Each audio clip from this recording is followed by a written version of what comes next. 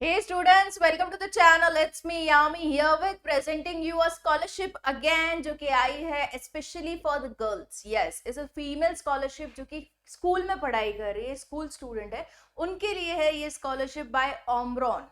Now this is a health care company जो कि sponsor कर रहा है huge amount of 20,000 to a school going female student. Yes, तो हम बात करते हैं into detail how to apply, what are the eligibilities, everything will discuss into detail. साथ ही डेडलाइन भी बता दूंगी so that you are aware till what time you can apply.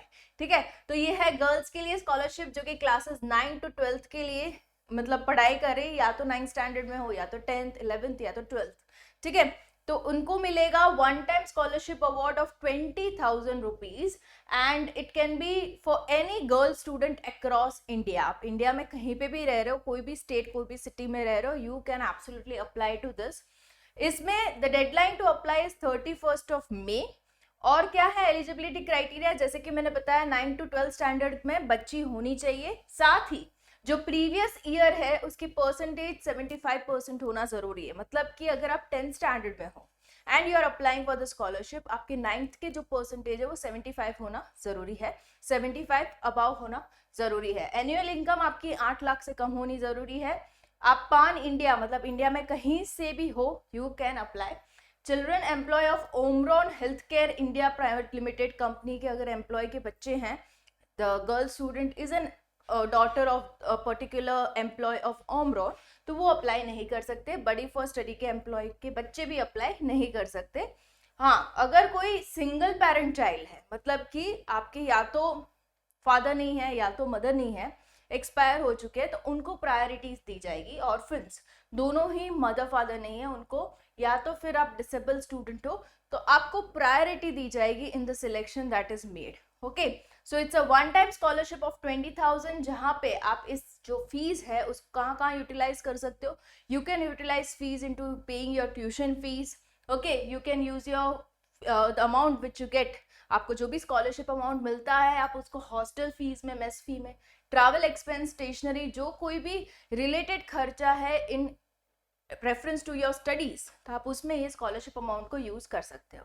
Now इसमें कुछ बेसिक से डॉक्यूमेंट्स चाहिए होंगे to make sure your form filling goes smooth. ये सारा सब कुछ आपको पहले से रेडी रख के फिर you can start with the form filling. So previous year की मार्कशीट चाहिए होगी to make sure your previous year score जो है वो 75% से ऊपर ही हो. Government issued identity proof, Aadhaar card के फॉर्म में दे सकते हो, वोटर आईडी के फॉर्म में दे सकते हो, ड्राइविंग लाइसेंस या तो फिर PAN card.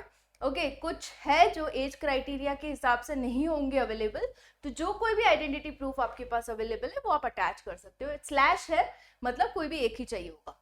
Current school admission proof, जिस स्कूल में आप अभी पढ़ाई कर रहे हो, you are into 9th 10th 11th whatever standard you are in, 9th से लेके 12th के बीच में, आपको उस स्कूल का एडमिशन प्रूफ चाहिए होगा. फैमिली इनकम प्रूफ चाहिए होगा to make sure your family income is less than 8 lakhs. साथ ही address proof, transgender certificate proof crisis, मतलब इसमें अगर आप एलिजिबल हो रहे हो, मतलब एप्लीकेबल हो रहे हो, तो you need to attach an extra certificate जो आपका ये प्रूफ दे दे. ठीक है, साथ ही रिसेंट फोटोग्राफ चाहिए होगा आपका.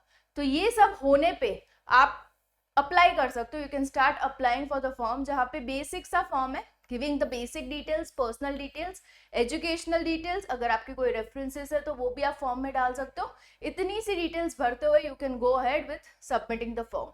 Very easy the form filling procedure. To the girls who are really applying, all the best. I'm sure you'll get the scholarship. I'll be coming up with more scholarship videos just for you guys onto the channel. It's me, Yami.